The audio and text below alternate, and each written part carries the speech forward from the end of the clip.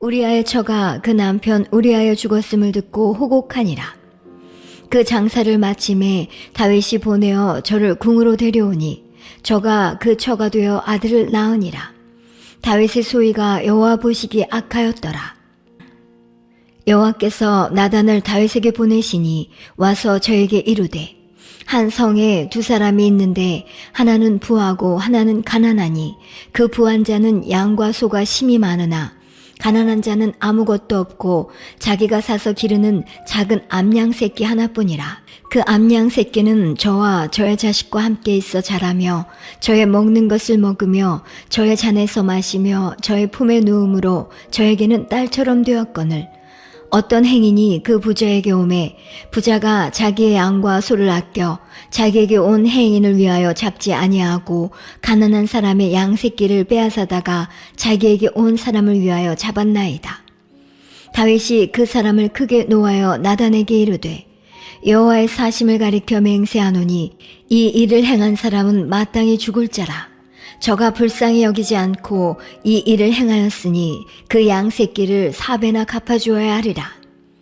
나단이 다윗에게 이르되 당신이 그 사람이라. 이스라엘의 하나님 여호와께서 이처럼 이르시기를 내가 너로 이스라엘 왕을 삼기 위하여 내게 기름을 붓고 너를 사울의 손에서 구원하고 내 주인의 집을 내게 주고 내 주인의 처들을 내 품에 두고 이스라엘과 유다 족속을 내게 맡겼느니라. 만일 그것이 부족하였을 것 같으면 내가 내게 이것저것을 더 주었으리라. 그러한데 어찌하여 내가 여호와의 말씀을 업신여기고 나 보기에 악을 행하였느뇨. 내가 칼로 햇사람 우리아를 죽이되 암몬 자손의 칼로 죽이고 그 처를 빼앗아 내 처를 삼았도다. 이제 내가 나를 업신여기고 햇사람 우리아의 처를 빼앗아 내 처를 삼았은즉 칼이 내 집에 영영이 떠나지 아니하리라 하셨고 여호와께서 또 이처럼 이르시기를 내가 내 집에 죄화를 일으키고 내가 내 처들을 가져 내 눈앞에서 다른 사람에게 주리니 그 사람이 내 처들로 더불어 백주에 동침하리라. 너는 은밀히 행하였으나 나는 이스라엘 무리 앞 백주에 이 일을 행하리라 하셨나이다. 다윗이 나단에게 이르되 내가 여호와께 죄를 범하였노라 하매 다윗은 하나님이 택하여 세운 왕이었습니다. 오랜 동안의 어려움 속에서도 하나님만 의지했던 다윗이었습니다. 그런데 지금 다윗은 하나님과 등을 돌리고 하나님이 원하시지 않는 길을 걷고 있습니다. 악한 길을 가는 다윗에게 하나님은 나단을 보내십니다. 나단은 하나님의 명령이기에 목숨을 걸고 절대 권력을 가진 다윗에게 나아갑니다.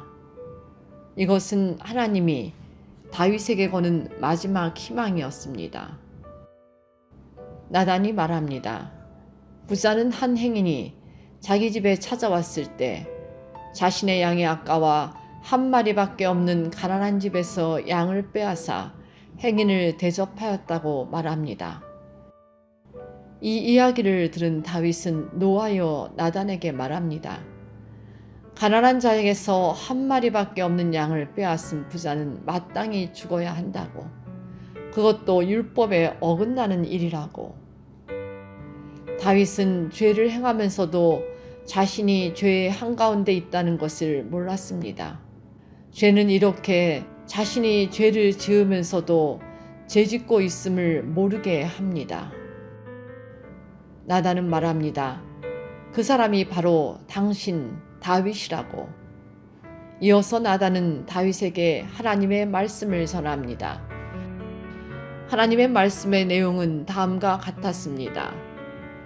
하나님은 과거에 다윗을 택하셔서 기름을 부었다고 말합니다. 사울의 질투를 피해 도망 다닐 때 사울의 손에서 구해준 일들을 상기시킵니다.